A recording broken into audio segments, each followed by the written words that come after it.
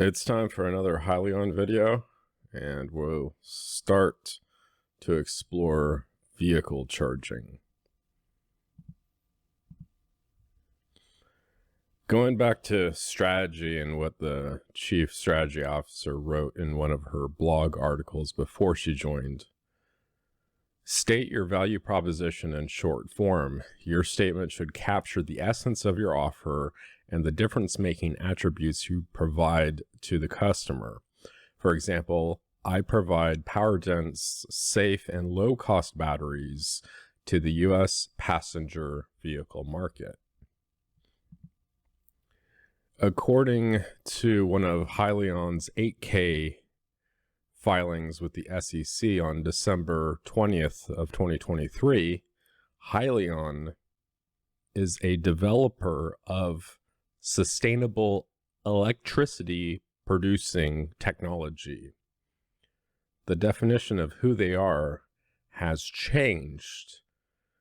And if I put it into the context of stating your value proposition in short form, I can rephrase that to I develop sustainable electricity producing technology to some market. And what that market is, it's one of 6 choices, and one of those is the EV charging market. Now we're going to throw some science in here, and this is from a United States government website, the U.S. Energy Information Administration. Energy facts explained. I like facts. They're concrete. They're tangible. And in their 8K statement, they state that they provide electricity producing technology. And it says, according to this website, that electricity is a second energy source that is generated or produced from primary energy sources. There's the word electricity, and there's also the word produce. Those 2 words are found in their 8K as who they are. Electricity explained, this is from the same website. Electricity is the flow of electrical power or charge. The electricity that we use is a secondary energy source because it is produced by converting primary sources of energy, such as coal, natural gas, nuclear energy, solar energy, and wind energy, into electrical power. Electricity is also referred to as an energy carrier, which means it can be converted to other forms of energy, such as mechanical energy or heat. Primary energy sources are renewable or non-renewable energy, but the electricity we use is neither renewable nor non-renewable. One of the use cases of Carno is for vehicle charging. That's one of the 6. Another strategy item that the Chief Strategy Officer mentions in the blog is identify competitors for that value proposition. What alternatives did you come up with when you stepped into your customer's shoes? List those competitors, keeping in mind that they may or may not look like you.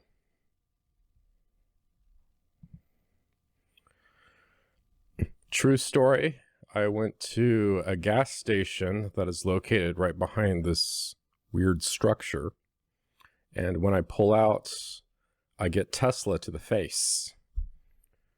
So if Tesla's here with EV charging stations, who is the customer providing the electricity for Tesla?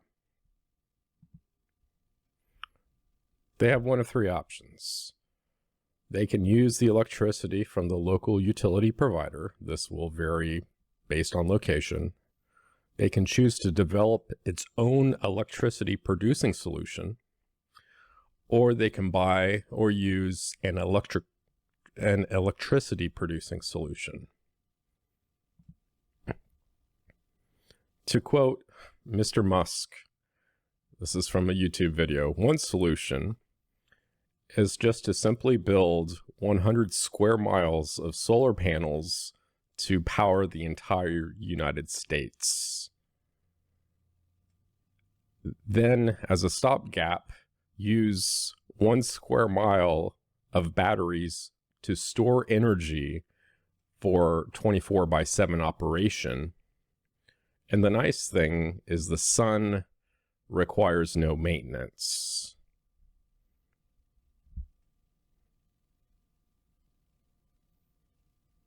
But the sun isn't out 24/7. They have something called daytime where you see the sun, and hopefully it's not cloudy or it's not raining. And if that's the case, you're good to go. But at nighttime, or if it's cloudy, you're not going to have an optimal situation. And I think this is a simplification to the problem, or to the solution. But if you just put this in one spot, it's a single source of failure. Like, what happens if that 100 by 100 mile patch of solar panels, what happens if that goes down? You need a backup of some sort. So you really need a redundant area. You need 200 square miles of solar panels and 2 square miles of batteries to use the sun.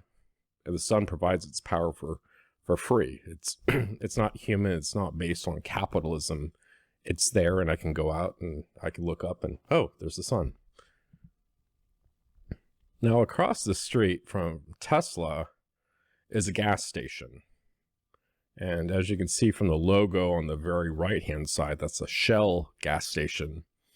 And in the context of electrical vehicle charging, who is the customer?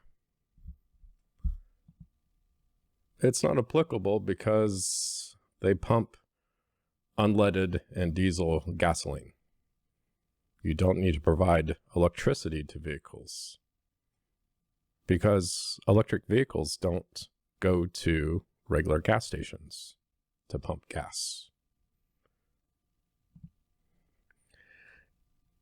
Now, the odd thing is the Tesla supercharger station is located next to the Shell gas station for some reason. And both of them use the local utility provider for electricity.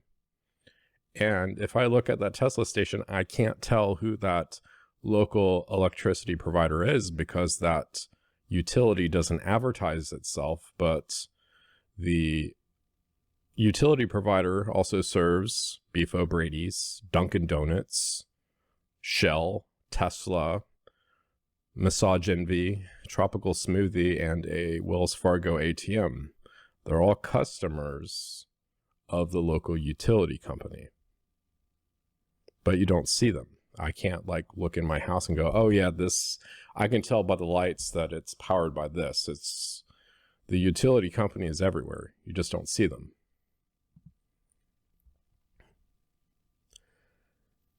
So the competition for providing electricity would be Tesla, because they can just say, okay, we'll just build our own. We have an answer. We'll just do it. And they can.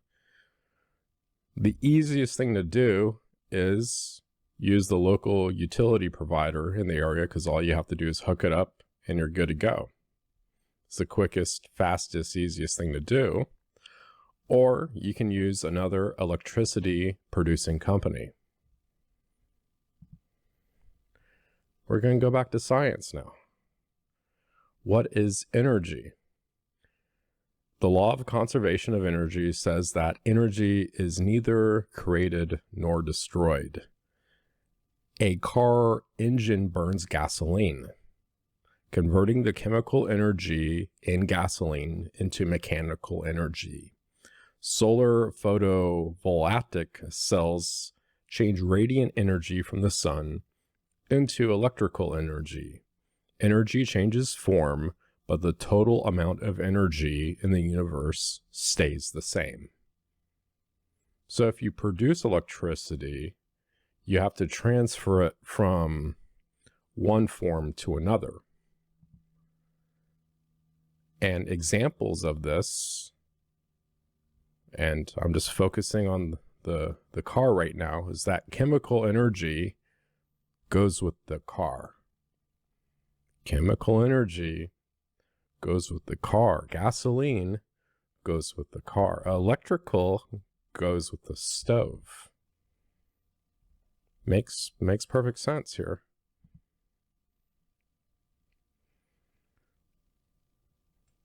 The symbol for chemical energy is that gas pump. It matches the symbol on Google Maps for the Shell station because it also delivers gas. It also matches on the dashboard of my car. There's also a fuel pump symbol that points in a certain direction of where the gas cap for my gas tank is. All those line up. But then in close proximity over to the right is a lightning bolt with a Tesla supercharger. And ironically, it's also a car. But that car, you can't use the gas pump with that. Now, in a normal supply and demand situation, on the left-hand side, you have the normal gas station, normal supply, normal demand. I actually see about at least 4 cars at that gas station pumping gas, and a truck comes in and delivers gas every day. And you got that chemical energy being fueled in those car gas tanks, and the car drives off, and there's some chemical, and there's a transformation of energy that allows the car to go forward. And on the right hand side, we have a Tesla supercharging station with a normal supply of power and no demand, because right there are no cars. It's like an empty parking lot. They don't even provide a cover for it. If you wanted to get something, you have to actually walk across the street. And to me, it doesn't really make a lot of sense, but it's there. And for some reason, Tesla is putting these in strategic places, I guess, or maybe places that's cheap and viable, and all you do is just plug it in. But that's, I've changed this, the chemical symbol, and I put the electrical outlet there, showing that there's an electrical transformation to motion, and that's what's new. Going back to science, we got some data, and I love data. For the United States for 2022, the electrical generation from utility scale power plants, that would be like the local utility company, but if you take all of them combined, the total generation is 4.23 trillion kilowatt hours. And most of that is from natural gas.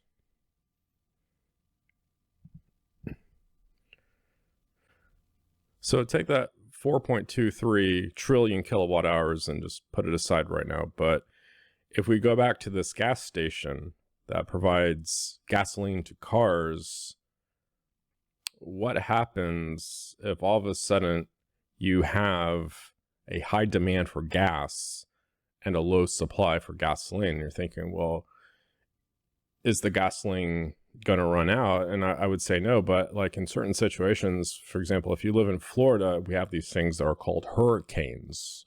It's a major storm that's going to go into the area, and what happens is a couple days before the hurricane makes landfall, and no one really knows where this thing is going to go, is that the trucks carrying the gasoline to fill up the gas station, because there's actually a tank under that gas station, they're not going to refuel them. So you enter into a state of high demand and low supply.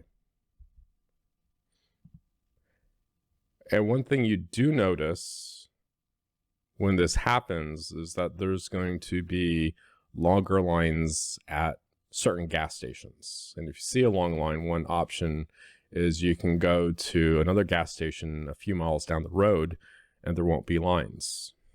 Or you can go at nighttime where everyone's asleep and get gas. Another thing that I've noticed personally is I'll be pumping gas and people will not only fill up their cars with gas, but they'll bring extra gas cans and fill up those gas cans too, and they will start hoarding this chemical energy because they're going to be entering into a situation where there's going to be little to no supply of gas and people start panicking. And eventually, gas stations, some of them will run out of gas. You will no longer see a price put out of order tape on the gas handles, and you can't get gas at that gas station because the trucks have stopped delivering gasoline and the gas tank under the gas station has run dry. Now, the question that I present is, in this situation of the Tesla supercharger, in this picture we have no demand and normal supply, but what happens when you have normal demand and normal supply and the local utility provider only produces X kilowatt hours per month? Can the supply meet the demand? If the local utility provider cannot meet the demand, what options does the customer, Tesla, have? And that rules out one of the options. That forces them, if the local utility provider cannot meet the demand as people transition to electric vehicles, they have to develop its own electricity producing solution, which he says conveniently is just find 100 square miles of land, stick solar panels out there, and then have 1 square mile of batteries and you're good to go. Or if they can't build it fast enough, they have to look out there in the market and use an electricity producing solution. And they're going to be looking around at multiple companies and picking one of them if they choose not to build it. And I don't know what they're going to do, but I definitely do know is that they're slowly putting these charging stations out there, and sometimes it's right next to a gas station. That's it for this video, and of course, thanks for watching.